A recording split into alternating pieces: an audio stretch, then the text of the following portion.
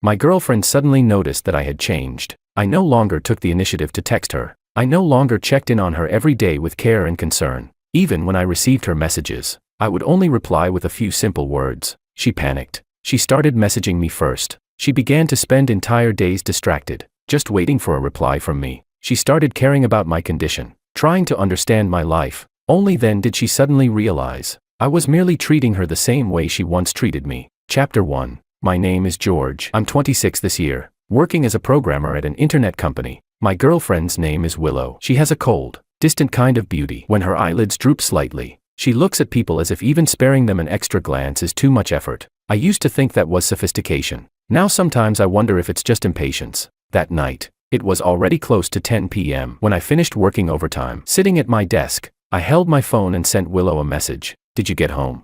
1 minute. No reply. I sent another. How was today? Were the kids a bit better behaved?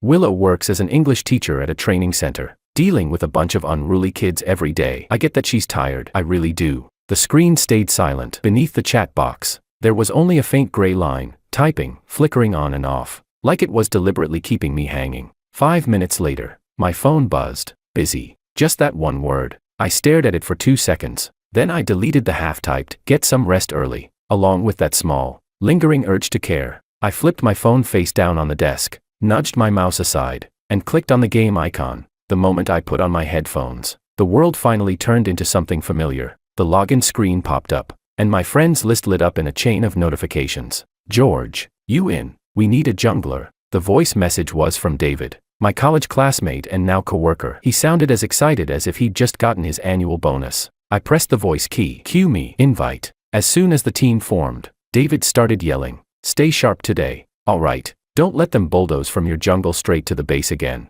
I chuckled, leaned back in my chair, and said, "Relax. I'm in a decent mood today. Even if we get wrecked, I won't flame anyone." The moment I said it, I could hear how off that sounded. Back when I was in a bad mood, the keyboard was always the innocent victim. Now, I'd gotten so used to people being distant that I didn't even have the energy to get mad anymore. The match started. I farmed jungle camps while occasionally glancing at the phone beside my keyboard. When the screen stayed lit, I used to expect a notification to pop up. Later, I just set it to turn off after 10 seconds. No point setting myself up for disappointment. We lost the first game. Their jungler was too aggressive. David cursed. Was that guy a pro smurfing or something? Whatever. Next game. Right before the second match started, my phone buzzed. I thought it was a system message and tapped it open quickly. It was Willow. "Don't stay up too late," followed by a cold, generic smiling emoji. Not the kind with hearts or layered with cute little bunnies and cherry blossoms. The emojis Willow sent always felt like she was politely completing some kind of social obligation. I looked at the message and curled my lips slightly. "Okay," I replied with a single word, then casually sent a sleepy yawning emoji. No response after that. The chat went quiet, like the message had been thrown into the deep sea. David shouted, "What are you spacing out for? Incoming, river." I put my headphones back on and guided my character toward the river. The rhythm of my fingers hitting the keyboard was drowned out by the sound effects in my headset. Farming, hiding in bushes, ganking. After 2 wins in a row, it was already close to 12:30 a.m. I exited the game and let my hand rest on the mouse for a moment. The phone screen was dark, like a block of ice. I picked it up and checked. The notification bar was completely clean. No, go to bed early. No, let me know when you get home. Not even a single missed call from her. I suddenly felt like laughing. It wasn't even sadness, just that cold calm that comes after you finally see things clearly. Leaning back in my chair, I did a quick mental tally. Over the past 6 months, most conversations were started by me. Most apologies were made by me. Even after arguments, the first move to make up was almost always mine. Willow was always like this. If you wanted to talk, you talked. If you didn't, she wouldn't ask. As if in this relationship, the more one person pulled away, the lighter they felt. I stood up and shut down my computer. The office was nearly empty, except for me and the hum of the cleaning lady's vacuum. At the elevator, I took out my phone again. Almost unconsciously, I opened WeChat and sent Willow another message. "I'm off work." The moment I sent it, I found it ridiculous myself, like submitting a report in advance, hoping to get a "you worked hard," or even just a simple "mm." The elevator doors closed in front of me. My phone buzzed. Got it. Still those same words, so economical she didn't even bother with punctuation. I stared at the message for a few seconds, then slipped my phone back into my pocket. This time, I didn't reply. The night wind downstairs was a little cold, but it felt more real than the glow of a phone screen. I walked toward the parking lot, spinning my car keys between my fingers, and suddenly, I realized something very simple. At some point, I had been the only one fighting the team fight in this relationship. On the other side, my teammate had long since switched herself to spectator mode. Chapter 2. The kind of companionship she wanted could only exist according to her script. The next day was Saturday. For once, I didn't have to work overtime. I only crawled out of bed after 10. The curtains were still closed, leaving the room dim. My phone screen glowed faintly on the bedside table, lying there quietly all morning without a single unread notification. I reached over, picked it up, and unlocked it with a swipe of my thumb. The chat with Willow was still stuck on last night's got it. Above that, it was a long string of me asking questions, and her replies, concise, like answers to multiple choice questions. Staring at the chat history, I suddenly realized something. Lately, our conversations felt like customer service and a user. I asked the questions, she provided efficient solutions. I lay in bed for a while, then still sent her a message. Are you off today? Want to go out for a meal? The message showed, sent. I placed the phone beside my pillow and went to wash up. As cold water hit my face, I looked at myself in the mirror a little longer. The dark circles had faded a bit. I had shaved clean last night. I looked, more or less, like a normal young man. Back when we used to go on dates, I would plan everything the night before, where to go, how to get there, checking reviews, wondering if Willow would like it. Now, even deciding whether to go out depended on whether she gave me a one-word permission. When I came out after brushing my teeth, the phone screen was lit. My chest tightened slightly as I tapped it open. She replied, I have classes in the afternoon, and meetings with parents in the evening. There was a small, helpless emoji at the end. Instinctively, I typed, then I can pick you up. Want to grab supper after your class? The cursor blinked a few times in the input box. Then I deleted the whole line. Clean. In the end, I only sent 2 words. You've worked hard. This time, there wasn't even a got it in return. The chat fell silent again. In the living room, the only sound was the low hum of the refrigerator, along with that vague emptiness inside me that I couldn't quite put into words. I tossed my phone onto the couch, turned on my computer, and opened the game again. When the login screen popped up, I suddenly felt very clear-headed. A brutally honest thought surfaced. I'm not playing games to escape. I just realized that at least there are teammates who actually need me. The moment I logged in, David sent a voice message. George, up this early? Did the sun rise in the west? I glanced at the time. It was already 11:30. I replied, queuing with an old man like you, doesn't that deserve getting up early? I sounded normal. I could even joke. David clicked his tongue. You weren't normal last night. Your girlfriend giving you the cold shoulder again? My fingers paused on the mouse. No. I hesitated, then added.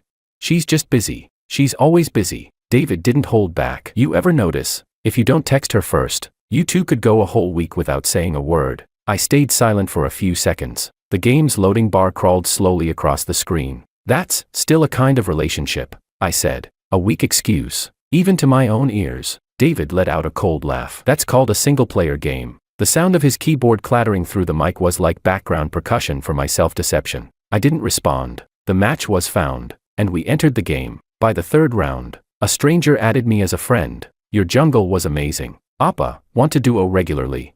The profile picture showed a girl, probably in her early 20s, smiling brightly. I didn't accept right away. David, on the other hand, got excited. Look at you, online romance knocking at your door. I shot back. We're adults. Don't throw around the word romance. That's how trouble starts. She just complimented you twice. Why so tense, George? David teased. Does your Ice Queen girlfriend ever compliment you?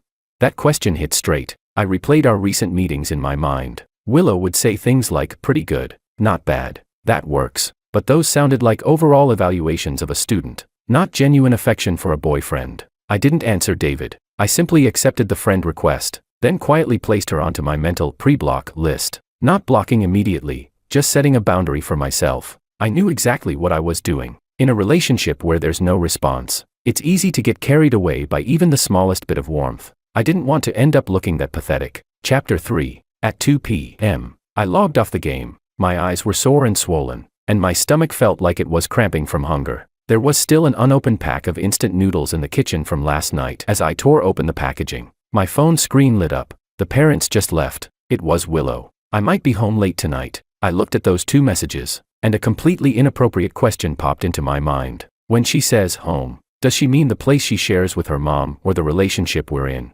I carried the bowl of noodles to the living room, sat on the couch, and before even taking a bite, I started typing. Do you want to video call tonight? If you're not going out, I can finish things early on my side. This time, there was no reply for a long while. The noodles had gone soggy, clumping together when I picked them up with my chopsticks. Most of the steam had already faded. I took a bite. The noodles were soft and mushy, the seasoning overly salty. Finally, the screen lit up. She replied, "Let's see, I might be very tired." I stared at that sentence and suddenly realized how universally useful those words were. Let's see, I might be very tired. We'll talk later. You're overthinking it. In this relationship, those phrases were like a firewall. Once sent, they blocked off every emotion that required a response. I flipped my phone back onto the table and didn't reply immediately. This time, I wanted to try something. If I stopped asking, stopped coaxing, stopped initiating, would she notice something was off?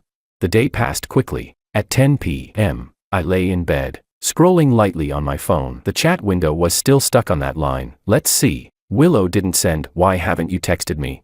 Didn't ask, "What did you do today?"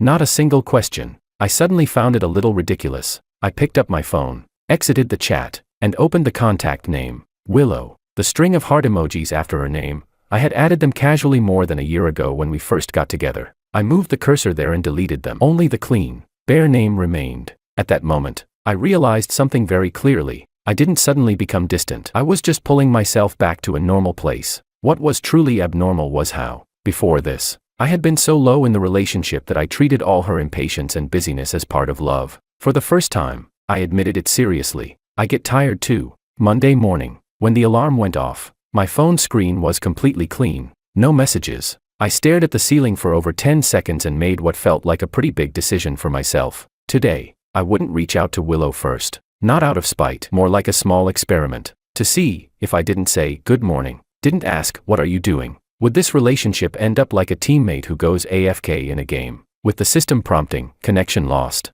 After washing up, I went downstairs and bought an Americano. On the subway to work, packed shoulder to shoulder, I stood by the door, took out my phone, and instinctively opened her chat again. The last message still read, "Let's see, I might be very tired." That sentence, "Me too," had circled in my mind dozens of times. In the end, I never typed it once. At the office, it was morning meetings, code reviews, requirement discussions, endless nonsense piling up. At 12:30 p.m., I unmuted my phone for once and let it sit quietly beside my keyboard. 1 o'clock, 1:30, 2 o'clock. I thought I could fully focus on work, but every so often, I still found myself glancing at the screen, until 2:15, when the phone buzzed. I grabbed it instinctively. Not a message, just a system update notification. I let out a small laugh, tossed the phone back onto the desk, and booked a meeting room for a quick nap. Leaning the recliner back, I closed my eyes. Right before I fell asleep, I suddenly realized something. I'm actually busier than her now. But all this time,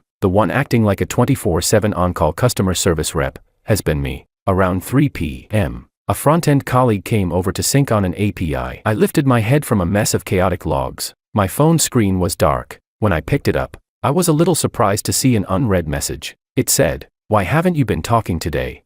Sender, Willow. Chapter 4. The message had been sent 10 minutes ago. I stared at that line for a long time. A strange feeling hit me. Not touched, more like surprise. "So, you do notice," I replied with one word, "working." On the other end, typing, appeared almost immediately. She replied, "You used to say a few things even when you were at work." The sentence looked plain, but in her usual cold tone, it was already a very direct complaint. I thought for a few seconds, then I typed, line by line, "I've been thinking about whether I should give you more space. It feels like I've always been the one reaching out." The cursor blinked twice. I added another line, "I get tired too." This time, I didn't delete it. I sent it. She went silent for nearly half an hour. In that half hour, I fixed the same bug 3 times. While mentally drafting possible replies for her, I imagined things like, "Aren't you being a bit harsh?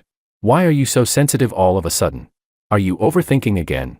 Instead, when the phone finally buzzed, there was only one line, "Let's meet tonight and talk." Below it was a location pin, the Japanese restaurant near the mall she often went to. Then another message, "I've made a reservation." I looked at those words and suddenly felt like laughing. That's just how Willow is. Talking about feelings is difficult for her, but once she decides to face it, she handles it like making a plan. Even discussing a relationship feels like scheduling a lesson. On my way home after work, I deliberately stopped by to change into a clean shirt. In the elevator mirror, I looked presentable. Just that hint of fatigue in my eyes, it couldn't be hidden. When I arrived at the restaurant, Willow was already seated inside. Her hair was tied in a low ponytail. She wore a light gray knit sweater, sleeves rolled up slightly. A workbook lay open beside her, with a red pen tucked in the middle. When she saw me, she looked up and glanced at her watch. "You're on time," she said. Her tone was flat, unreadable. I pulled out a chair and sat down, placing my coat beside me. "You booked for 6:30, right?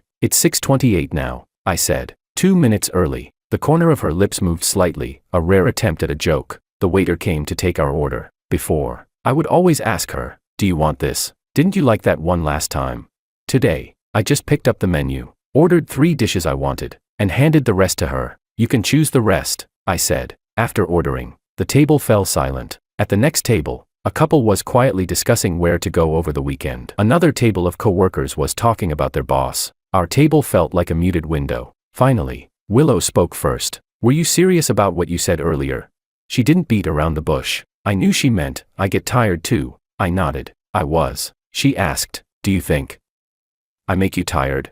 Willow picked up her glass of water, her fingers resting lightly against the glass, her movements unhurried. "I don't argue with you often. I don't throw tantrums," she said. Her gaze stayed on the table. "I'm just not very good at chatting." "Chatting isn't the point," I said. I looked at her. "The point is, in this relationship, I always feel like I'm trying to keep a silent chat room alive." Willow frowned slightly. "So you want me to talk more?" "It's not about sending more emojis," I said. I paused, trying to make myself clear. "Willow, I respect that you're tired, busy, or don't feel like talking, but I hope there are moments when you reach out to me too. Not just me asking how your day was and you replying, 'It's fine,' but you actually want to share something with me." As I said that, I realized my voice had gone a little hoarse. Maybe the air conditioning was too strong. Willow listened quietly. After I finished, her finger traced slowly around the rim of her glass. "I thought you didn't care about these things," she said softly. "Every time you said, 'It's fine, I understand,' I thought, that's just who you are." I smiled faintly. "That's because I wasn't being honest before. I was afraid saying it out loud would make me seem needy. But now I realize, not saying it is even worse." I looked at her. "I'm just a normal person. I also need to hear, 'You've worked hard.' I also need to feel like someone's thinking about me. I'm not a book you can just set aside whenever you're done with work." The words came out more direct than I expected, but this time, I didn't take them back. Silence settled over the table. Chapter 5. When the waiter brought over the sushi and udon, the tension in the air shifted slightly. "Let's eat first," Willow said. We lowered our heads and took a few bites. The soy sauce was a bit too strong, the wasabi sharp enough to sting. As I bit into the sushi, a small detail suddenly came to mind. She had once said she liked the salmon here. I had gone out of my way to compare several places, check reviews, and finally chose this one. Back then, she had only said lightly, "It's pretty fresh." That one sentence, I had replayed it in my mind for half a year. Halfway through the meal, Willow put down her chopsticks. "I'm really not someone who's good at expressing myself," she said. She looked at me, no longer avoiding my gaze. Growing up with my mom, I had to process all my emotions on my own. She believed that if you did well on a test, that was expected. If you did poorly, you should reflect on yourself. So later, in relationships, I never really learned how to compliment someone or affirm them. She paused, then added, "My exes all said I was like a block of ice." When she said exes, I didn't dwell on it. Adults have pasts. I wasn't unprepared. She spoke softly, "But you know what? You're the first person who said, 'I get tired too,' not because I'm too calm, but because I'm not warm enough. Everyone else just thought I was an easy, low-maintenance girlfriend. You're the first one who feels like the way I treat you isn't fair." She looked at me, and for the first time, there was a hint of careful consideration in her eyes. I asked, "What about you? What does fairness look like to you?" She said, "Fairness is," she thought for a moment, "you don't have to tell me every detail of your day. You don't have to report when you get home or what you ate. You can have your own world. But when something happens, you think of me first." She looked up at me. "For me, that's enough." I smiled faintly. "Then do you know what fairness looks like to me?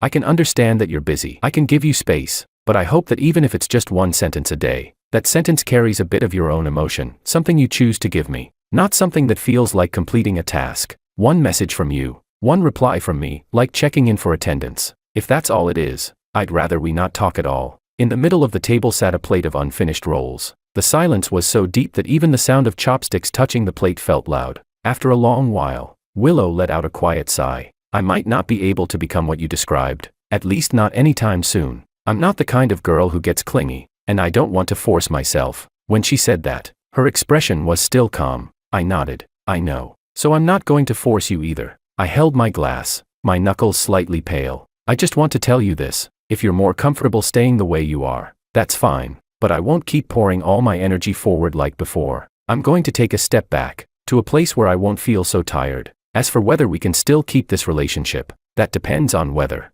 after we both step back, we can still see each other. After saying all that, I suddenly felt lighter. Not the kind of relief that comes from solving a problem. More like finally letting out a breath I had been holding for a long time. Willow looked at me quietly. After a while, she said softly, "Okay, then, let's try it this way for now." On the way back, I didn't walk her downstairs or linger like I used to. We parted at the subway entrance. I instinctively wanted to say, "Text me when you get home." The words reached my lips, but I swallowed them back down. As the subway doors closed, I saw through the glass that Willow lowered her head and lit up her phone. I didn't know who she was texting, and I didn't know whether the invisible thread between us had been loosened or pulled tighter, closer to snapping. But I knew one thing. George finally did something for once, for himself. As a responsible player, he no longer wandered the whole map alone, pinging signals for a teammate who wasn't even online. Chapter 6. I stopped replying instantly, and finally, she couldn't sit still anymore. Over the next week,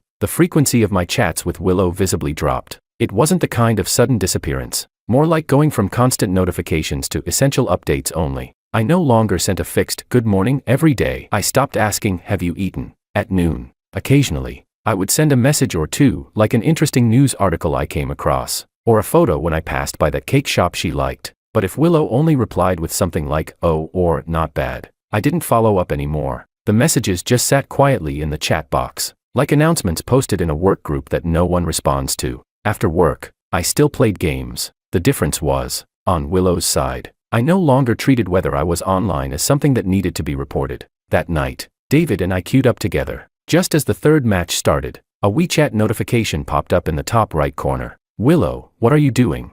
Time, 9:05 p.m. I was farming my second round of jungle camps in the river. My fingers didn't move to open the message immediately. "George, don't zone out, you're gonna lose the crab," David shouted through voice chat. I laughed. Got it. A quick combo. I secured the river crab, then rotated mid and pulled off a clean gank. For the entire match, I didn't open WeChat. Not because I was deliberately ignoring her. Just one simple thought. I'm doing something that requires focus, and this thing isn't her. More than 20 minutes later, we won. Only when the results screen appeared did I unlock my phone. There was another message. "Willow, question mark question mark question mark. Time, 9:17 p.m. I glanced at it. My fingers paused briefly on the screen. Then I opened the chat and replied honestly. "Just finished a ranked match. You."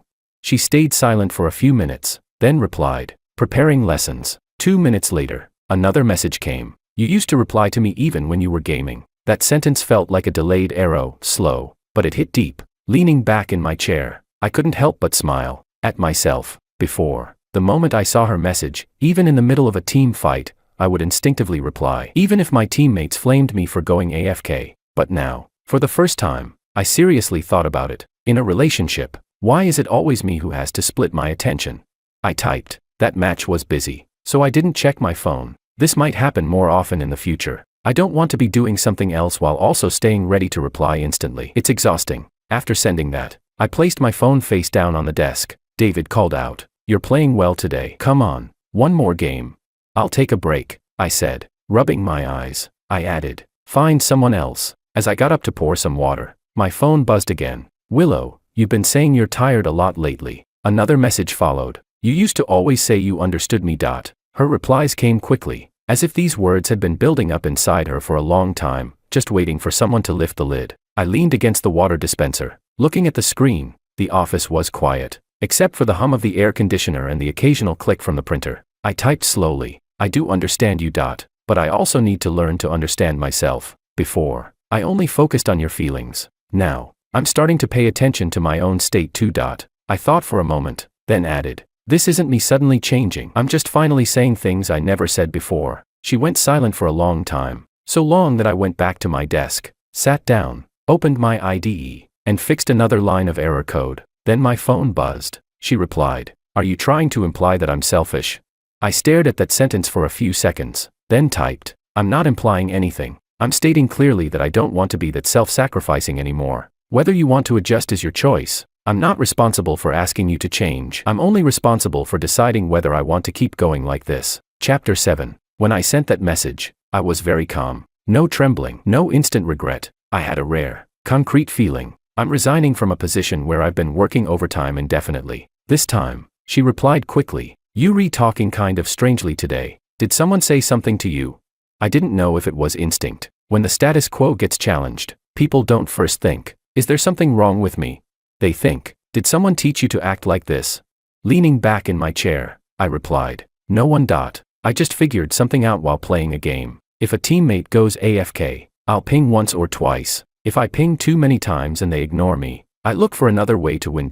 If I keep guarding an AFK teammate, I'll lose badly. Silence on her end. This time, it lasted a full hour, until I got off work. As I was heading out, just as the elevator doors were about to close, my phone buzzed. She sent, so now you're comparing me to an AFK teammate. That's quite fitting. Followed by a cold, sarcastic smiley. I was alone in the elevator. My reflection in the mirror looked complicated. I didn't rush to explain. I replied, I'm talking about my own state. I'm reminding myself not to charge in alone all the time. If you want to log in, that's great. If you don't, I won't stand there waiting anymore. That's all. This time, she didn't reply. The phone screen stayed quiet, lighting up and dimming again, while the subway signal flickered on and off. After getting home, I logged in as usual. David was already waiting in the lobby. George, you're free tonight. Your Ice Queen girlfriend gave you a day off. Something like that, I said, putting on my headset. She's starting to think I'm acting strange. Strange how? I said. She thinks I've become someone who knows how to say no. As I spoke, I opened my friends list. That female player who had added me earlier was still there. Same profile picture, the girl with the bright smile. She had sent me a message in the afternoon. On lunch break, want to queue a couple games? I hadn't replied. Now, next to that message, there was a small question mark. I thought for a moment, then opened the chat and typed, sorry, I've been pretty busy lately. Probably won't be able to queue with you often. She replied almost immediately with a thumbs up. Got it. Do your thing. Games are for fun, don't turn them into a burden. I looked at those lines and suddenly felt a bit ironic. Even a stranger knew to say, don't make it a burden. Yet in real life, I had grown used to trapping myself in all kinds of invisible obligations. I didn't continue the conversation. I tapped on her profile and moved her into a group. Not blocked, just placed into a folder labeled strangers. After a few matches, it was already past 11. I came out of the shower and casually picked up my phone. There was a new unread message. Willow, are you still playing games tonight? Time, 11 p.m. I glanced at myself in the mirror. Water still dripping from my hair. I replied, just finished. What's up? She replied, I want to ask you something. If, for a period of time, I'm still like this, what would you do? I sat on the edge of the bed. The phone screen was the only light in the room, making my eyes ache a little. I replied, you mean still habitually not replying, rarely initiating, and using busy and let's see as defaults? She replied, more or less. I'll try to improve, but I don't want to promise that I'll become a completely different person. It felt like she sighed through the screen. What about you? She finally asked, will you keep stepping back like you said today?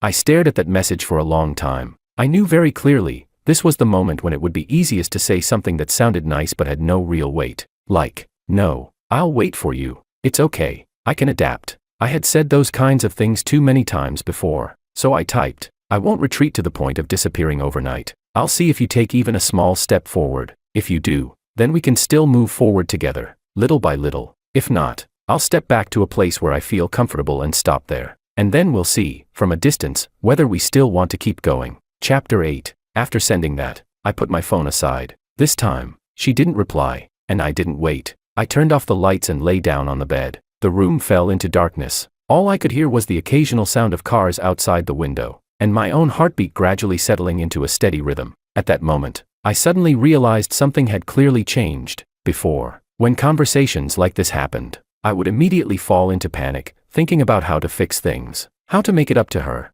Now, for the first time, I fell asleep peacefully. No dreams of arguments, no dreams of breaking up. I only dreamed that I was standing in front of a new matchmaking screen, my finger hovering over the Start Game button. No one beside me urging me on, no one marked as offline. I could take my time, think it through, and press it only when I was ready. Now it was her turn to feel uneasy. Turns out, I wasn't always there waiting for her. Friday night, I got off work on time for once. The streetlights outside the company had just turned on. and there was that relaxed, end-of-work atmosphere in the air. I didn't go home. Instead, I grabbed a sandwich from the convenience store downstairs and headed to the 24-hour cafe nearby with my laptop. A corner seat with a power outlet. Air conditioning at just the right temperature, it was the perfect in-between spot. I opened my laptop and logged into the game. The moment I put on my headphones and started typing, my mental state felt sharper than it had all afternoon in meetings. David sent a voice message. George God, you grinding tonight? Season's about to end. Yeah, I said, taking a sip of iced Americano. If I don't climb now, my account's gonna get dragged into hell tier by you deadweights. The first match started. Mid lane was playing like it was New Year's, throwing out skills like handing out red packets. I was fully focused, fingers moving fast across the keyboard. Suddenly, my phone buzzed beside the keyboard. A message popped up on the screen. Willow, what are you doing? Time, 9 p.m. That kind of question used to appear several times a day. Over the past week, she had rarely initiated like this. I glanced at it out of the corner of my eye. The team fight was at a critical moment. If I picked up my phone now, my teammates would probably report me for AFK on the spot. I clenched my jaw and flipped the phone face down. George, give me some CC, David shouted. What are you doing? Coming. I executed a full combo, barely turning the fight around. Only when the victory screen flashed did I reach for my phone. There was another message. Are you there? Time, 9:02 p.m. I opened the chat and typed, yeah, just finished a match. What's up on your end? After typing it, I paused, then deleted the second half, changed it to, yeah, just finished a match. Less than 10 seconds later, she replied, oh. Followed immediately by read. I frowned slightly. Before, I would send, I'm here, and she'd reply with, busy. Now it was her turn to ask, are you there? I said yes, and she replied with, oh. What goes around comes around, almost too precisely. I was about to ask, how was your day? When a call notification suddenly popped up at the top of the screen. Willow, voice call. I froze for a moment. She rarely called me. Most of the time, it was just text, short, concise, like answering reading comprehension questions. Chapter 9. The call timer kept circling down. I glanced at the screen, then at the game lobby. David had already queued up the next match. Hurry up, one more and we're done. I answered the call, taking one side of my headset off. Hey, it was noisy on her end, faint sounds of kids crying, parents talking in the background. You're playing games? Willow's voice sounded a little cold, deliberately lowered. I glanced at the screen. I didn't want to lie. Yeah, about to start the second match. There was a brief pause. Then go ahead and play. I was going to tell you about today. Her voice carried a slight rasp. But it's fine now. Before I could respond, she hung up. The beep of the disconnected call rang sharply in my ear. I stared at the ended call screen for a couple of seconds. David shouted through voice chat. George, get ready. Where are you? I took a breath and put my phone aside. I'm here. After this one, I'm done. The second match went terribly. My hands felt clumsy. I missed several skills. The enemy snowballed hard and pushed to our base in 10 minutes. David cursed. What's wrong with you today? Didn't you just say you were in good form? I just took a call, I said. I closed the game and shut my laptop. My voice sounded a bit hoarse. My form went offline. On the way home, shops along the street were closing one by one, their lights going dark. My phone stayed silent, too silent. As I walked upstairs, the motion sensor lights in the hallway flicked on, harsh and bright. I entered my apartment, tossed my keys into the basket by the door, and was halfway through changing my shoes when my phone buzzed. Willow, are you done? Time, exactly 11 p.m. I'm home, I replied. Soon after, she sent a voice message. Do you have time? I just left the parents' meeting. I'm not in a great mood. Can we talk now? This time, she didn't just send text. I tapped and called her. Hey, this time, it was quiet on her end. Only the faint ticking of a clock. Just finished class, I asked. Long finished, she said. Her voice was low. I just got scolded by a parent. They said I don't know how to teach, that I'm wasting their money, and that someone as impatient as me shouldn't even be a teacher. She let out a small laugh. It wasn't a happy one. I really wanted to argue back, but I remembered you used to tell me to just endure it, it'll pass. So I held it in, and after holding it in, I came back and wanted to talk to you, and you told me just finished a match. I leaned back on the couch, tilting my head up, staring at the ceiling. You called when I was in the middle of a team fight, I said. If I had answered then, my teammates would have all died. She suddenly asked, does it matter that your teammates die? The question was direct. I stayed silent for a few seconds. To them, it matters. They're taking the game seriously too. Willow let out a faint laugh. And what about me? I just walked out of a parent's office. My hands were shaking. I texted you, asked what you were doing, you said you just finished a match. I thought about it, then I called you, and you told me you were about to start another one. She paused. Suddenly, I felt like, maybe I'm not even as important as your teammates in a game. The phone pressed against my ear. I rested my forehead against my hand. You weren't like this before, she said. You used to reply to me even while gaming. Her tone felt like she was flipping through old accounts. You used to hear something off in my voice and the first thing you'd ask was what's wrong. Now you rarely ask. Didn't you say you were willing to understand me? So why did you suddenly become like this? Chapter 10. Her voice wasn't loud, but there was a faint nasal tone to it. I closed my eyes for a moment and said, it's not like I don't understand you now. It's just that I've started understanding myself too. Before, no matter when you messaged me, I would always reply immediately, even if I had something else going on. I got used to putting you before everything, even before myself. I paused, then continued, but the result of that was, every time you didn't reply, even once, it would hit me hard. I don't want to put myself back in that state again. The line went quiet. Only the sound of our breathing remained. After half a minute, she spoke softly. So now, it's my turn to feel that way.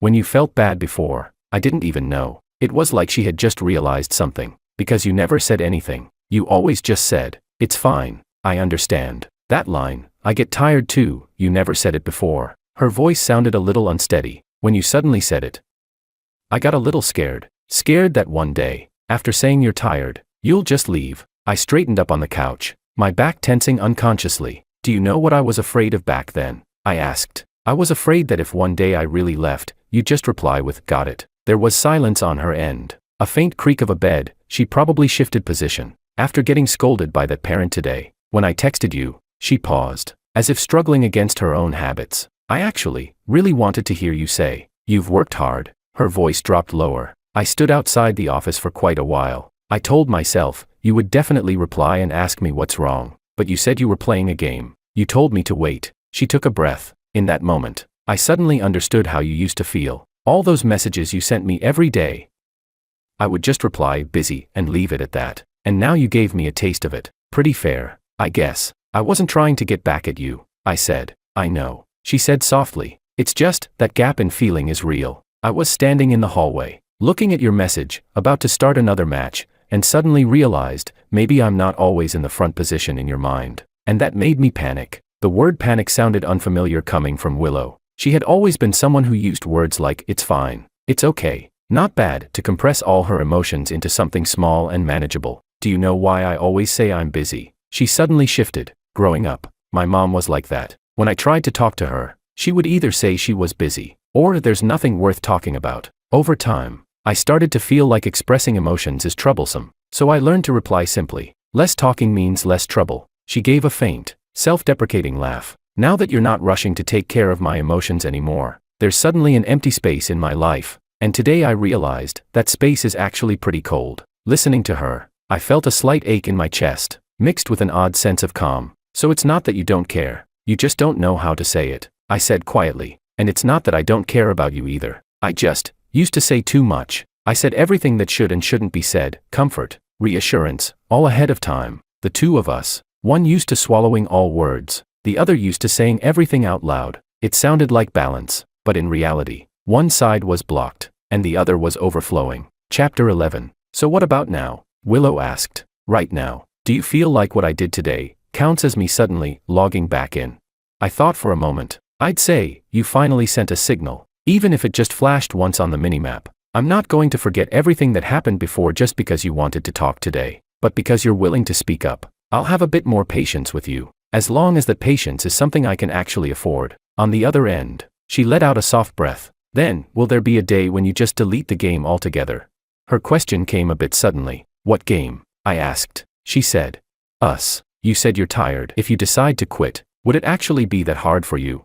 I could hear the probing in her voice. I said, deleting an account is actually pretty hard. I answered seriously. I've played for so long. I've bought so many skins. I've practiced so many characters. I wouldn't just quit because of one or two bad matches. But if one day I realize that no matter how I play, it's all frustration and no enjoyment, then I'd consider it. She asked quietly. Then right now, do you still feel any enjoyment?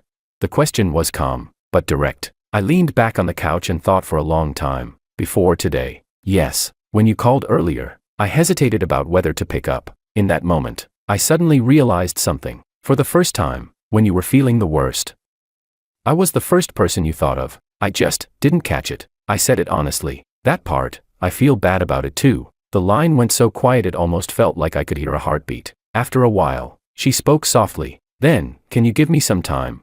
So I can try to get used to this when I feel bad. Instead of just telling myself it's fine, I learned to tell you I'm not okay. I can't promise I'll get it right every time, but I'll try. She paused, then asked, can you wait a little longer?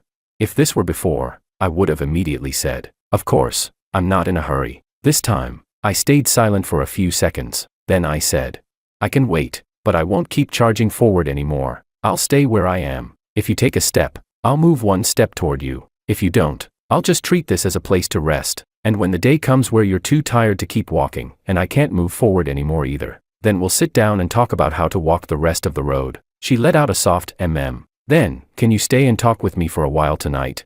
Her tone carried a hint of hesitation, and something unfamiliar, almost like shy affection. I really had a hard day. She finally said it out loud. I'm not okay. Yeah, I said. I glanced at the computer on the desk, reached out, and unplugged the power cable. Not playing tonight. I'll stay with you. As the screen went dark, I felt something strange. Not the kind of reluctance that comes from giving up my hobby for her. More like, for the first time, I had found a balance between myself and her. I wasn't the always available, instant reply emotional support anymore, but at the moment she finally said, I'm not okay. I was still willing to put down the keyboard and pick up the phone. The difference was, this time, I wasn't doing it to prove how much I loved her. It was because I knew I deserved to be met the same way too. Chapter 12. She started taking a step forward, and I stopped leaving myself behind. Over the next few days, it felt like we were adapting to an updated version of a game. The interface looked mostly the same, but a lot of the mechanics had quietly changed. Monday night, I worked overtime as usual. It was past 10 when I came out of the meeting room, my mind tangled up from all the requirement changes. I had just sat back down at my desk when my phone lit up. Willow, still at the office? I paused. Before, she would usually ask something like, what are you doing or are you busy? This time, it was a very specific question. Still here, I replied. You. Typing appeared almost immediately. Just got home. That parent came to talk to me again today, but it wasn't as harsh as last time. She added a small relieved emoji. I stared at those words, feeling something subtle shift inside me. She actually brought up her emotions on her own, and even added an emoji. I asked, how are you feeling now? She paused for a few seconds, then replied, a bit tired, but better, because today I knew you would pick up the call. I looked at that sentence and let out a quiet breath. I typed, then next time you feel bad, call me again. I can't promise I'll always answer instantly, but I'll try. And if I can't, I'll let you know. She replied with a simple okay. Just one word, but it didn't feel cold anymore. That night, I didn't play games. My computer was still on, with unfinished code sitting in the IDE, but I placed my phone beside the keyboard and talked to her for a full hour. We talked about her students, about that coworker of hers who complained every day but never quit, about small moments from her childhood when her mother ignored her. Several times, I almost said, it's okay, you're already doing great, but I swallowed those words. Instead, I said, that sounds really hard. You must have really wanted someone on your side back then. There was a brief pause on her end. Then she replied, yeah, now I have someone. At that moment, I suddenly felt like all those times I said I was tired weren't for nothing. But a new update doesn't mean all the bugs disappear. Wednesday night, after working late, I got home. As soon as I walked in, I received a message. Willow, I'm a bit tired today, so I won't chat tonight. Good night. I looked at those two lines, and my chest tightened instinctively. Before, when she said she was busy, I would immediately reply, then get some rest early. Now, I stared at the screen for half a minute. I asked myself, do I genuinely want to care for her, or am I just trying to ease my own anxiety? After thinking it through, I simply replied, okay, get some rest early. Good night. That was it. No extra probing. No, what's wrong? After sending the message, I put my phone on the coffee table, opened my computer, and queued up for a couple of matches as usual. That night, my performance was unusually good. Maybe because there was no longer that underlying anxiety of someone might message me at any moment. After my last game, I showered and got into bed. My phone screen was lit. There was an unread message. Willow, why did you agree so quickly today? Sent 15 minutes after her good night. You used to ask what was wrong. I couldn't help but smile. Didn't you say you were tired? Then I believe you. I believe you can take care of yourself, and I believe if you can't, you'll come to me. She was silent for a long time. So long I thought she had fallen asleep. Then she replied, "What if sometimes I still want to hide and deal with things on my own? Will you think I've gone AFK again?" I looked at that for a while, then replied, "No. As long as it's not forever. As long as sometimes you log in and tell me I'm not okay. That's enough for me. I'll have times when I want to be alone too. In the future, if you ask what I'm doing, I might say I'm playing games, and I won't add, I'll stop right away. That doesn't mean you're not important. It just means I have other things to take care of too. A few minutes later, she sent a facepalm emoji. Then she said, "The way you talk now is kind of scary." I paused. "What's scary about it?"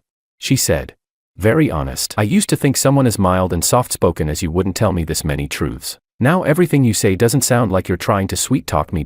Instead, it leaves me not quite knowing how to respond." I stared at the words mild and soft-spoken, and couldn't help but laugh. Chapter 13, I said. "Then take your time to learn. I used to learn how to take care of your feelings. Now it's your turn to learn how to hear my honesty." That night, we talked until almost 1 a.m. Not sweet or overly affectionate, but real, in a slightly awkward, unfamiliar way. The next day, I was called into my manager's office. The new version had issues. The system crashed for a short period after going live. My manager slammed the desk. "How did this pass testing? Who signed off before release?"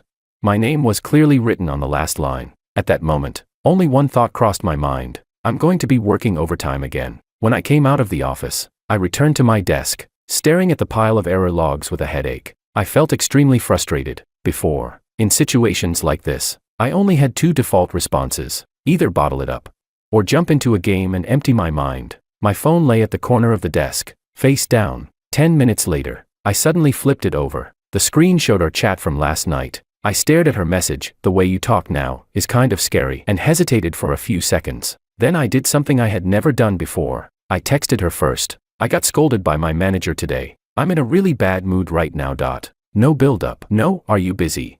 As I sent those messages, I actually felt a bit uneasy. I knew she might be teaching, or helping students. If she didn't reply, it would be completely reasonable. I put my phone back down and forced myself to keep looking at the logs. About 10 minutes later, my phone buzzed. "Willow, in class." Sneaking a quick reply. "I'll listen to you vent properly after class." She added an angry emoji at the end. Looking at those few lines, I suddenly felt like the air in the office wasn't so suffocating anymore. Her class would end in about an hour and a half. I didn't keep checking the time. I didn't send follow-ups. I just continued fixing bugs, syncing with the front end, handling rollback issues. Around 4 p.m., my phone buzzed again. "Class is over." Right after that, a voice call request came in. I put on my headphones and answered. "Hey." On her end, I could hear kids running in the hallway, co-workers chatting and laughing. "You said you got scolded?" Willow asked directly. I briefly explained what happened. She listened quietly. She didn't immediately say, "That's just part of your job." Nor did she say, "You should have paid more attention." When I finished, she only said one thing. "That must have felt really bad. If it were me, getting questioned like that face-to-face by a parent, I'd want to slam the door too." I leaned back in my chair and gave a quiet She continued, "You're allowed to be angry, but don't turn that anger into self-doubt. There's responsibility on your side for the issue going live, but it's not all on you." She paused, then said, "If this had happened to me, what would you say to me?" I answered honestly. I'd probably say, "You already did your best." I'd go through what could be improved, and what was actually the other side's issue. Then I'd say, "Go eat something good, get some rest, and deal with it tomorrow." She replied slowly. "Then say those exact same things to yourself. You're so patient with me. Be fair to yourself too." On her end, she was probably walking back to her office. Her footsteps echoed through the hallway, the noise gradually fading into quiet. Then she said, "When you sent me those messages earlier, I really wanted to reply right away, but I was standing at the front of the classroom. I looked at all those students, and suddenly realized they need me too." She let out a small laugh. "In that moment, I understood what you meant that day when you said, 'I have other things to take care of too.' So I finished the class first, and then came to you. That way, it's responsible for you, for me, and for the students." Chapter 14. The hand I was holding the mouse with loosened slightly. I said, "So it's not that you don't care. You just sorted out the cause and effect." She said, "I do care. I just wasn't used to saying it before. Now I'm slowly learning to say it in a way that doesn't feel so heavy. And you don't have to carry everything on your own without saying anything anymore. When you speak up, I might not be able to handle it perfectly every time, but at least I'll reach out. Whether you reach out or not is your choice. Whether I catch it or not is mine. That makes it fairer. We quietly smiled at each other through the microphone. At that moment, I suddenly felt a strong sense of reality. I used to have this imagined version of love. She could understand me completely, and without me saying a word, she would give me exactly what I needed. Now I realize the real version is much clumsier. We both have to learn to speak up, to express ourselves, and to see ourselves while seeing each other. Before hanging up, she asked me, "Are you still playing games tonight?" I thought for a moment and replied, "Probably for a bit, but not like before, as an escape. Today, a game is just a game. If you want to talk, just text me. If I can pause, I will. If I can't, I'll let you know. If you're tired too, just go to sleep. No one has to bend themselves out of shape for the other." She softly hummed in acknowledgement and said, "Then later, remember to tell me if you're feeling a little better today. I want to know." She added that last sentence. After hanging up, I stared at my phone screen in a daze for a while. It turns out that the kind of care I've always wanted doesn't have to come in the form of instant replies or always being available on demand. It can also look like this. I'm dealing with work, and she's teaching her class. We both have our own battlefields. But at some point, she'll remember that I got scolded today, and she'll want to know if I'm feeling a little better later. And me, I'm finally willing, when I feel bad, to send out that first signal, not to move anyone, just so I won't keep leaving myself behind. Chapter 15. For the first time, she stepped into the world where I grind monsters and asked if I could still fit her into my future. That weekend, David suddenly dropped a message in the group chat. "Guys, there's an offline match this Sunday. Prizes aren't much, but there's free drinks and pizza. Anyone coming?"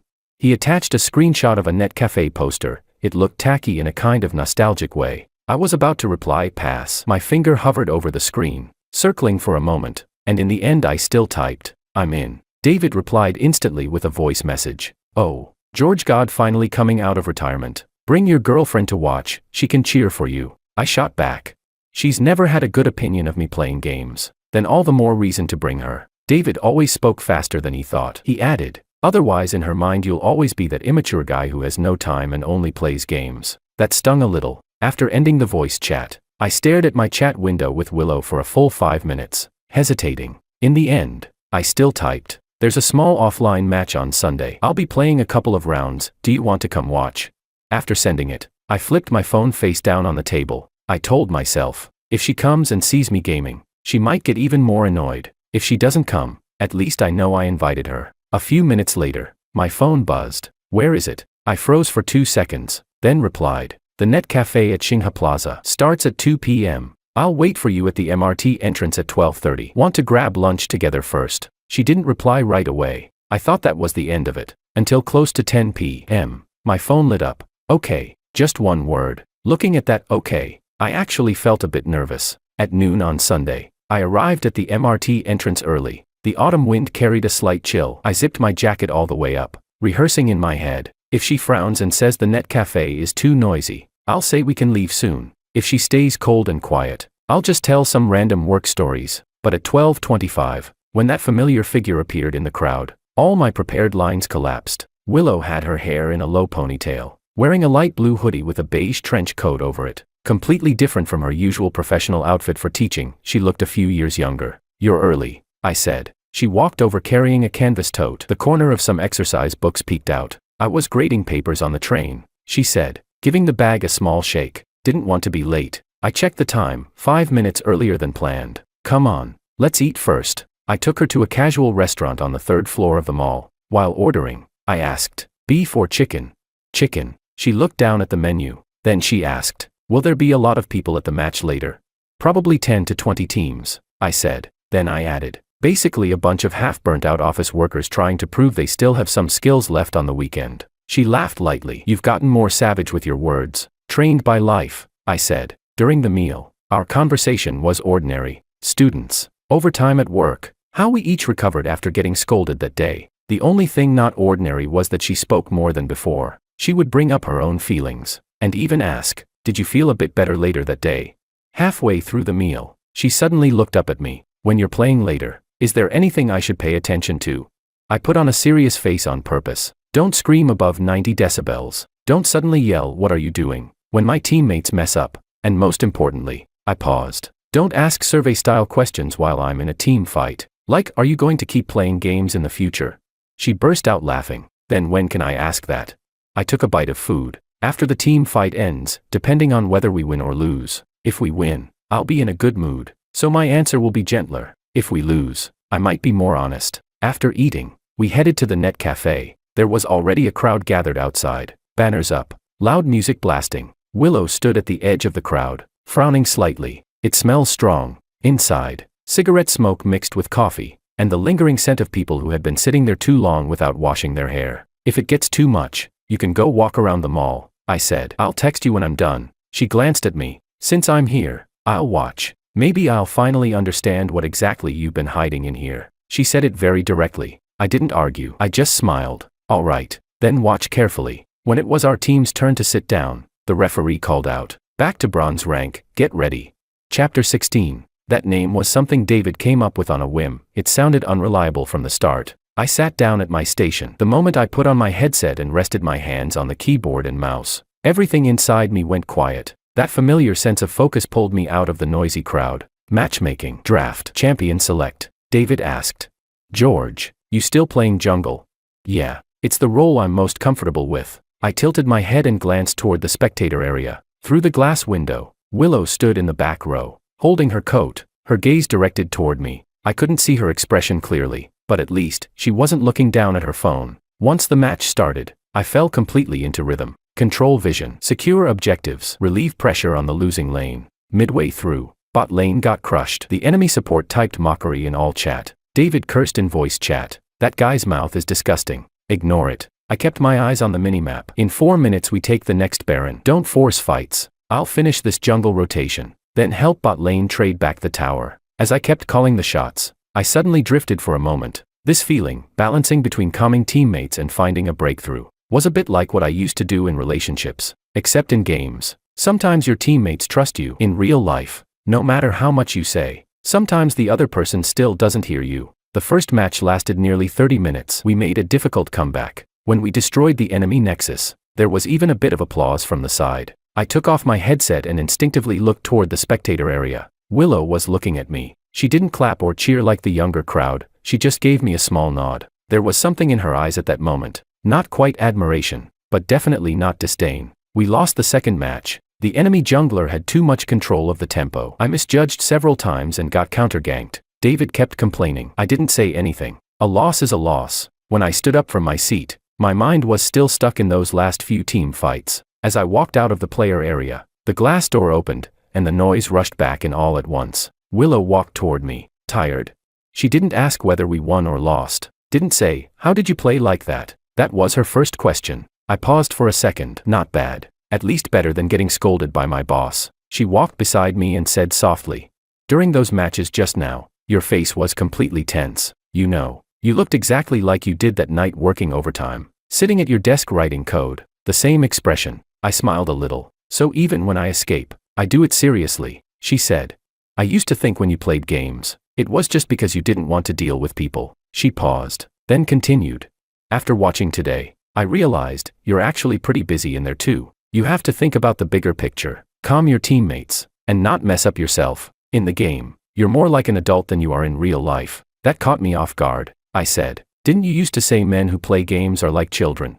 She said, "Yes, but at least you're a kid who knows how to read the map." She glanced at me. "Not like my mom. When she's upset, she only sees herself." We walked out of the net cafe and into the mall, leaving the noise behind us. As the escalator moved downward, she leaned lightly against the railing. "The things you said in the game just now." She looked up at me. "Don't keep staring at mistakes, look at what's next. Yelling at your teammates now won't help. Hold this wave first." She lowered her voice slightly. "Those could apply to me too. Before, every time you showed concern for me, if I replied with 'I'm busy,' you'd start reflecting on yourself. Now you say that I can get tired too. Before, I thought you were a bit annoying. Now I think, you were reminding me not to focus only on my own emotions. To check whether your teammate is still there." Chapter 17. The elevator doors opened on the first floor, and the wind from the plaza rushed in. We walked slowly toward the MRT entrance. She suddenly said, "You looked pretty cool just now, during the match." I almost thought I misheard. "Say that again,"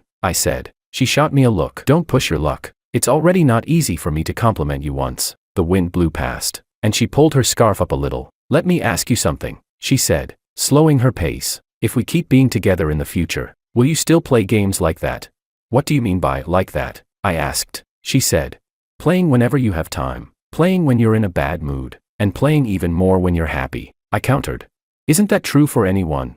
She didn't smile. I'm asking seriously. I straightened my expression. I'll still play, but I won't use it as my only outlet anymore. You said you're learning to speak about what bothers you. Then I also need to learn to take some time out of games and give it to real life, including giving it to you and to myself, she said softly. Don't you already have your game? You said at least there. Your teammates need you. I looked at her. That was before. Back then, I felt like no one needed me in real life. Now, at least there's one person who will ask me, are you feeling a little better today, when I've had a rough time? So I'm not in such a rush to go looking for that sense of being needed anymore. She fell silent for a moment. Then what about me? You said you're making time for real life. Am I part of that reality? She asked it slowly, as if afraid of hearing an answer she didn't want. Of course you are. I paused for 2 seconds, then added.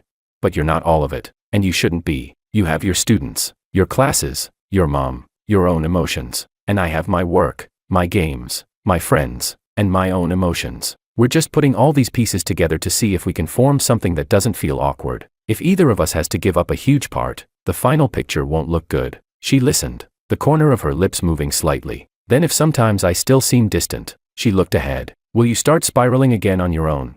I will, I said. I was honest, but not endlessly like before. I'll ask you once first. If you say, I don't want to talk right now, but I'll tell you later, then I'll wait. If you don't say anything, I'll set a limit for myself. Once that time passes, I won't keep chasing after it. I'll shift my attention back to myself, play a couple of games, go for a run, whatever. But I won't keep waiting for you while blaming myself at the same time. We paused at the MRT entrance. She lowered her head and nudged the edge of a floor tile with her shoe. George, she called my name. Then what about me? Can I also set a limit for myself? For example, I can tolerate you going online and playing for several hours without replying to messages. Once it goes past that time, I'll allow myself to be upset. I won't keep holding it in and saying I'm fine. I looked at her and almost smiled. Of course, that's called a two-way boundary. We can adjust it together, like tuning sensitivity in a game. She laughed. Can you stop making every metaphor about games? Occupational hazard. I shrugged. What can I say? Your boyfriend's a jungler, she suddenly asked.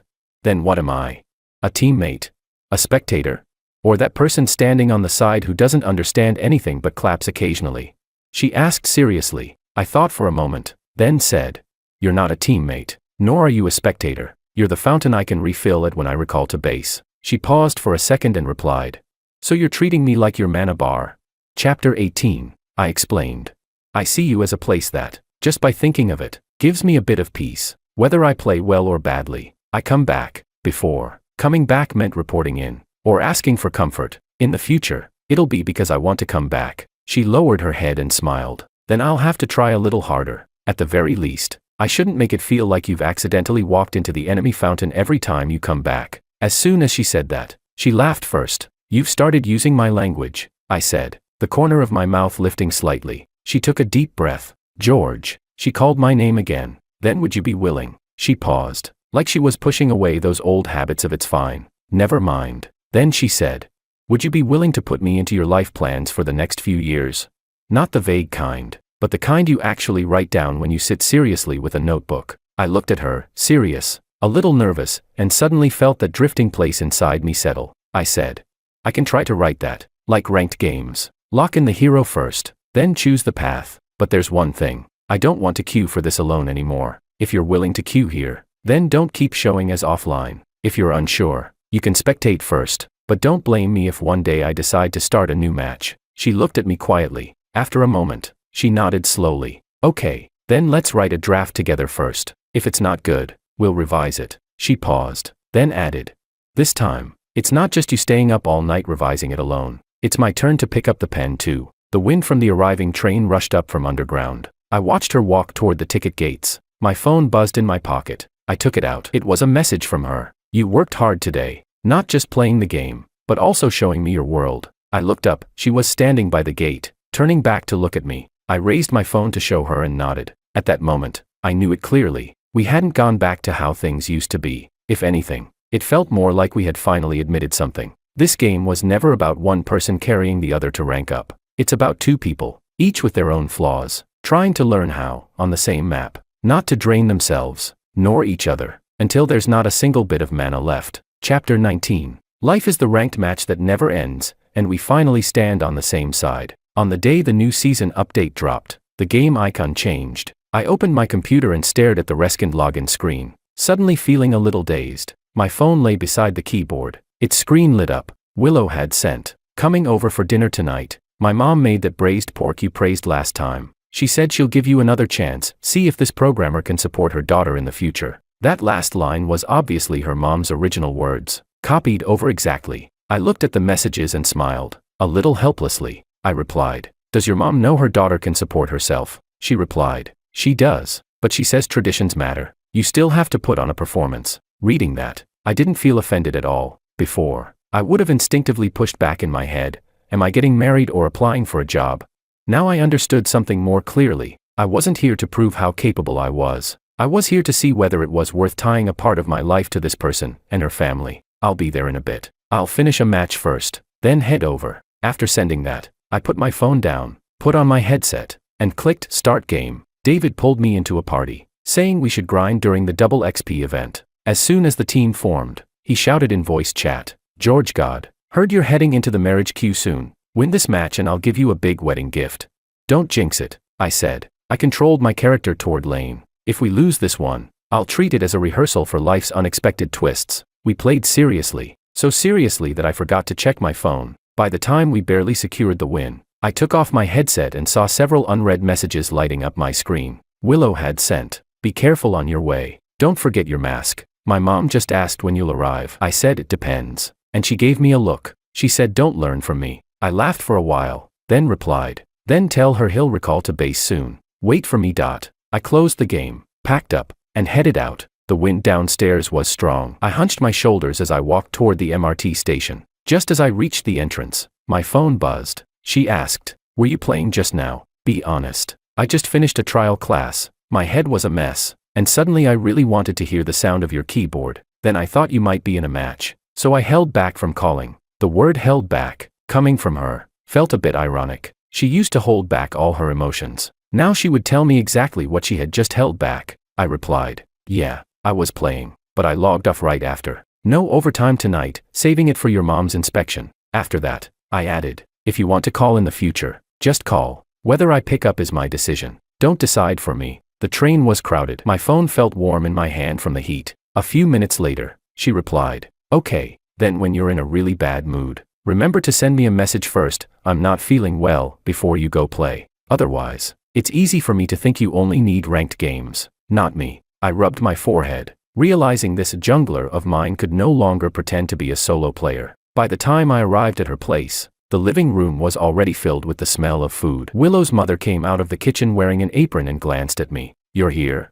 Her tone was as blunt as ever. "Sit. Eat first. I'll question you after." "Hello, Auntie." I obediently sat down at the table. Willow sat across from me and placed a piece of braised pork into my bowl. "Try it. It simmered for a long time today." Her mom snorted. "When she cooks for herself, she never takes this long." Willow lowered her head and smiled. "Well, it depends on the person. If someone's willing to eat it, then it's worth simmering longer." It sounded casual, but something in my chest tightened sharply. I knew she wasn't just talking about the dish. The questions at the dinner table felt a bit like a formal process. "What's your current salary? Where do you plan to settle down? Any plans to buy a house? Do you want kids in the future?" Chapter 20. I answered each question one by one. I didn't try to flatter her, nor did I act like "your daughter is worth me sacrificing everything." I simply laid out my current situation and future plans, calmly and piece by piece. I won't throw all my savings into buying a house at once, and I won't switch to a job with more overtime just to make quick money for marriage. I'll go a bit slower, but I'll make sure that when Willow and I live together, we're not surviving every day by exhausting ourselves. I want us to have some breathing room. When I finished that sentence, I saw her mom frown. "You young people always talk about breathing room. If you're capable, just earn more money." Who wasn't tired when they were young? I was tired too. I acknowledged that, but I don't want exhaustion to be the only way of living. I have co-workers who drop dead at their desks before they even turn 30. I don't want a day where Willow is standing outside the ICU, telling my mom he worked very hard, while not even knowing whether she's crying from grievance or heartbreak. Willow's chopsticks paused for a moment. I didn't look at her. I just looked at the bowl in front of me. What I want is a kind of life that both of us can carry, not one person bearing everything, while the other stays silently used to it. The room went quiet for a few seconds. The TV host's voice faded into near silence. Finally, her mom let out a sigh. Well, that doesn't sound too bad. At least you understand your current job isn't a guaranteed iron rice bowl. If one day you lose your job, what will you do? I answered seriously. Find the next one. If I can't, I'll take freelance work. If that still doesn't work, I'll apply for delivery or courier jobs. I don't think there's any hierarchy in earning a living. I just remind myself not to let us live in a constant comparison of who's suffering more. Under the table, Willow's hand brushed against mine. Her fingers hooked lightly for a second, then withdrew. That dinner went more smoothly than I expected. Her mom still sounded picky, but her chopsticks never slowed down. After dinner, I helped clean up. As I stood by the sink rinsing dishes, she suddenly walked over beside me. Were you improvising that speech just now? She lowered her voice. It sounded very, you. Half of it was improvised, I said. I smiled. The other half, I've thought about it many times over the years while working overtime. She leaned against the counter, rolling up her sleeves a little. You had these thoughts before too? Yeah, it's just back then. You were busy telling me you understood, and I was busy telling you I was fine. Neither of us had time to explain our own side properly. She didn't say anything. She reached out, took a bowl I had just rinsed, and carefully dried it with a cloth. Then she said softly, "Then let's talk slowly from now on, until you no longer feel like you could be left behind at any moment. Until I no longer feel like sharing what's in my heart is a burden to others." By the time we finished washing up, it was almost 10:30 p.m. Her mom was on the sofa watching a drama, angrily criticizing the male lead. When she saw me come out, she waved her hand. "You young people go talk in her room. Don't sit here watching me get mad." After saying that, she added, "Go home early. Don't keep my daughter up too late." Willow nudged me. "Let's go." In her room, lesson notes were spread across the desk. A small low table by the bed held a cup of freshly brewed tea. "Sit." She pointed to the edge of the bed and pulled a chair for herself. Sitting across from me, "I want to discuss something with you." "So formal," I said, leaning against the wall. "Go on," she said. "I want to take something that used to stay only in my head and write it down." She took out a blank notebook from the drawer. The cover was simple, with just a few words, "Future Plans." She opened to the first page and wrote a title, "Draft of This Game, Chapter 21. I couldn't help but complain. And you say you haven't been influenced by me. Cut the nonsense." She shot me a glance. "Didn't you say you'd try to fit me into your plans for the next few years? Then today, we start writing the first draft." She spoke as she wrote. "For example, within 1 year, we each stabilize in our own jobs. You see if you can transfer to a project that isn't so draining. I'll see if I can cut down some meaningless overtime. Save some money, but not to the point where even breathing feels stressful. Another example, within 2 years, we look into whether there's a suitable place to live. If we can't afford to buy, we rent first. If we find that living together is worse than now, then at least we discover the problem early." At this point, she paused. "Don't get nervous. I'm not setting some rigid life flag here. I just think, since you don't want to charge forward alone anymore, then I'll step down from the spectator seat and stand beside you, even if at the beginning, all I can send are clumsy signals." She looked up at me. "Didn't you say the worst thing is a teammate who stays offline? Then I'll try to stay online. Being online doesn't mean I can always cooperate perfectly, but at least you won't be shouting into an empty map anymore." I leaned against the wall, watching her write. Every stroke of her pen was careful, just like when she wrote words on the classroom board. "Then I'll add something too," I said. I reached for the pen. She pushed the notebook toward me. Under what she wrote, I added a few lines. "No matter how this game turns out in the future, we won't use 'I understand' and 'it's fine' as shields to avoid things anymore. Whoever feels bad speaks first, and whoever speaks has the right to be treated properly." After writing, I tossed the pen back onto the table. "Sounds kind of cringy, right?" I said with a self-deprecating smile. "But right now, this kind of cringy feels more real than pretending I understand everything." She stared at those lines for a long time. "You know what?" she suddenly said. "That day when you first said I can get tired too. I went back and read all your past messages. I realized almost every time you said, 'I understand,' it was late at night. When you said, 'it's fine,' it really meant everything was fine on my side. But on your side, things just kept piling up." She pulled out a transparent folder from the bookshelf. Inside were a few printed pages of our chat history. "Why did you print that?" I asked, surprised. "To remind myself. So when I see you start saying 'it's fine' out of habit again, I'll know it's actually not fine. Starting today, I want to try a different way." She picked up her pen and wrote a small line in the margin. "Default question when something's wrong: how are you feeling right now?" Instead of, "why are you like this again?" Looking at those words, my throat suddenly felt tight. That teaching method of yours could probably be turned into a research paper, I joked, barely holding it together. I'll test it on you first, she said. She smiled lightly, and train myself at the same time. If one day you really don't want to continue, at least when you leave, it's because we truly tried, not because you never said anything, and I never asked. We looked at each other for a while. The room wasn't brightly lit, but it was enough to see each other clearly. George, she called my name. If I seem distant again, will you still immediately go play games? I thought for a moment. I will. I didn't pretend, but it won't be my only outlet anymore. I might send you a message first, I'm not feeling great. If you reply, that's great. If you don't, I'll go play a match. When I come back, I'll check if you're there. If you're still offline, then I'll log off and go to sleep. I paused, then added, before sleeping, I'll give myself some closure, and tomorrow, I'll decide whether this match is worth queuing again. She listened, then nodded gently. Chapter 22, she said, then I'll be honest too. Sometimes, I'll still want to be alone. There will still be moments when I don't want to talk, but I'll try to tell you that I just can't say it right now. Not that I don't want to talk to you. If one day I really don't want to talk to you anymore, I'll tell you directly, and then you'll know, it's time to step back. She smiled a little. Let's not act in those kinds of scenes anymore, the ones where everything looks fine, but inside, one of us has already left halfway. It was late at night. On my way home, the game icon sat quietly on my phone screen. I didn't tap it. Just as I reached downstairs, my phone buzzed.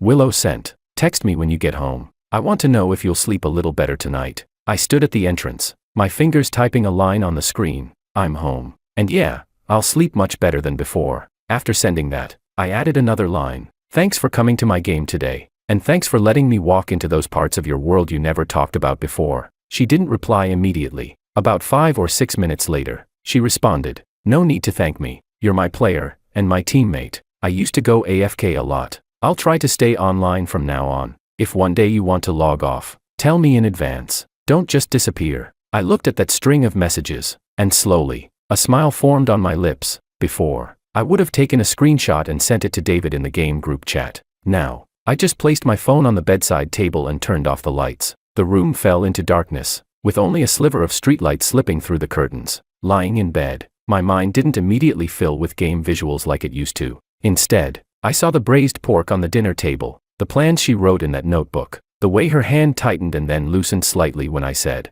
I get tired too, and suddenly, I understood something very clearly. I wouldn't assume that just because of these conversations, we'd never argue again, never misunderstand each other. We would still have our own stubbornness, our own defense mechanisms, but at least, from the day she started learning to say, I'm not okay, from the moment I stopped using I understand to hide my own exhaustion, this game was no longer just me wandering alone on a dark map. Sometimes, she would still seem distant. Sometimes, I would still open the game and play a match or two to clear my head. The difference was, now I knew, when I closed the game, took off my headset, and looked up, there would be someone on the other side, seriously asking me, how was the match? Are you tired? And I had finally learned to answer simply, honestly, handing myself over, pretty tired, but worth it.